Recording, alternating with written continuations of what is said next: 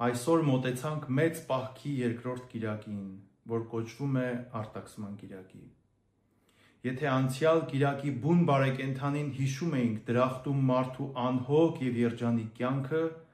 ապա այս կիրակի հիշում ենք առաջին մարդու Ադամի և Եվայի դրախտից արտաքսումը։ Սուրբ եկեղեցու հայրերը ննջեցելով աղոթքի մեջ այսպես են ասում. ամենակալ Տեր, քու բարերարությանդ որպես արդյունք գոյացրիր այս աշխարհը և մարդուն, որ հողից ստեղծեցիր, նրան շունչ տվեցիր, որպեսզի քեզ փառաբանի և ողողեցիր նրան բարի պարգևներովդ և առատ ողորմությանդ, բայց նա չարից խաբվելով արտաքսվեց դրախտից, մահվամբ հողին դառնալու դատապարտվեց և անեծքով լեցուն կյանք ժառանգեց։ Սիրելիներ, մարդը խաբվեց սատանայից, երբ անցավ Աստծուց սահմանված ազատության թույլատրելի սահմանը, կերավ բարու և չարի գիտության կենաց ծառից և դարձավ մահկանացու։ Կյանքի ծառից չուտելու պատվերը պահք էր նրա համար, որը նա խախտեց, մեղք գործեց ու զրկվեց լույսից, ու որպես հետևանք դարձավ մահկանացու և սահմանավոր։ Մարդը զրկվեց անմահությունից և մահվամբ հողին դառնալու դատապարտվեց։ Երկրի վրա մարդու կյանքը լցվեց դժվարություններով, տառապանքներով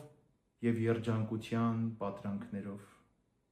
Եկեղեցին կամենում է այսօր մեզ հիշեցնել, որ մեղքը հեռացրեց մարդուն Աստծուց և դարձրեց մահկանացու։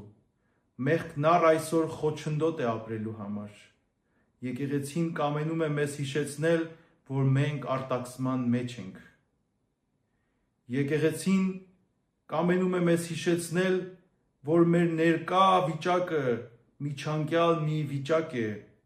որին հաջորդելու է հարությունը,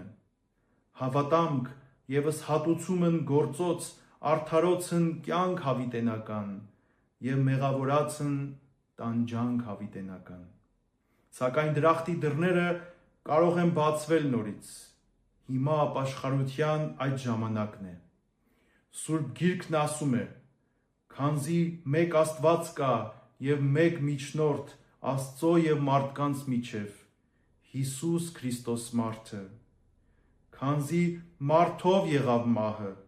մարդով էլ պիտի լինի մեռելների հարությունը,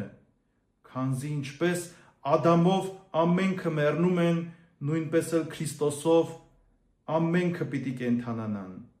բայց ամեն մեկը իր կարգով։ Առաջին պտուղը Քրիստոս է, որից հետո Քրիստոսին պատկանողները նրա գալստյան ժամանակ։ Բարի և խաղաղ ընթացք մեծ պահքի ապաշխարության այս շրջանում։